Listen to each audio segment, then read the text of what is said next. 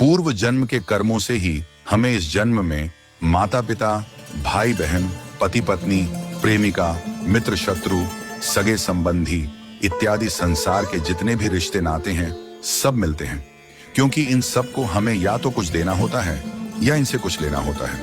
वैसे ही संतान के रूप में हमारा कोई पूर्व जन्म का संबंधी ही आकर जन्म लेता है, जिसे शास्त्रों में 4 प्रकार का बताया गया है।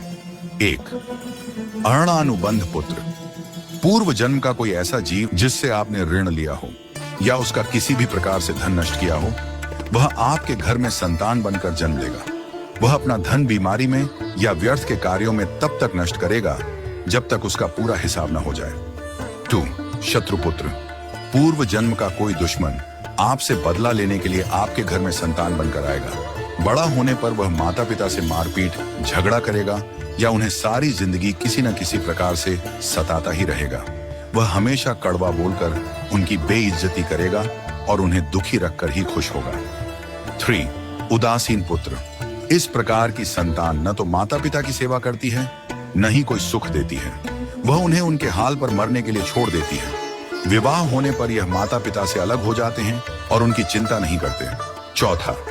सेवक पुत्र। पूर्व जन्म में यदि आपने किसी की खूब सेवा की है तो वह अपनी की हुई सेवा का ऋण उतारने के लिए आपकी सेवा करने के लिए पुत्र बनकर आता है।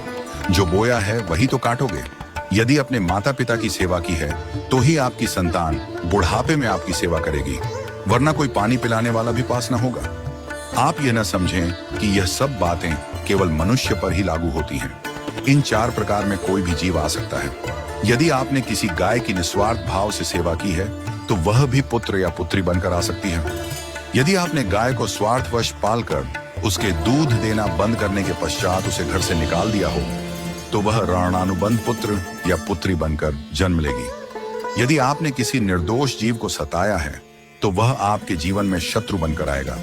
इसलिए जीवन में कभी किसी का बुरा न करें, क्योंकि प्रकृति का नियम है कि आप जो भी करोगे उसे वह आपको इस जन्म में या अगले जन्म में 100 गुना वापस करके देगी। यदि आपने किसी को 1 रुपया दिया है तो समझो आपके खाते में 100 रुपया जमा हो गए हैं। यदि आपने किसी का 1 रुपया छीना है तो समझो आपकी जमा राशि से 100 रुपये निकल गए। जरा सोचिए, आप कौन सा धन साथ लेकर आए थे और कितना साथ लेकर जाओगे। जो चले गए वे कितना सोना चांदी साथ ले गए। मरने पर जो सोना चांदी धन दौलत बैंक में पड़ा रह गया, समझो वह व्यर्थ ही कमाया। औलाद अगर अच्छी और लायक है तो उसके लिए कुछ भी छोड़कर जाने की जरूरत नहीं है, वह खुद ही कमा लेगी। और औलाद अगर बिगड़ी या नालायक है तो उसके लिए जितना भी धन छोड़कर जाओ वह चंद दिनों में सब बर्बाद करके ही चैन लेगी। मैं, मेरा, तेरा और सारा धन यहीं का यहीं धरा रह जाएगा, कुछ भी साथ नहीं जाएगा। साथ यदि कुछ जाएगा भी तो सिर्फ अच्छे बुरे कर्म ही साथ जाएंगे।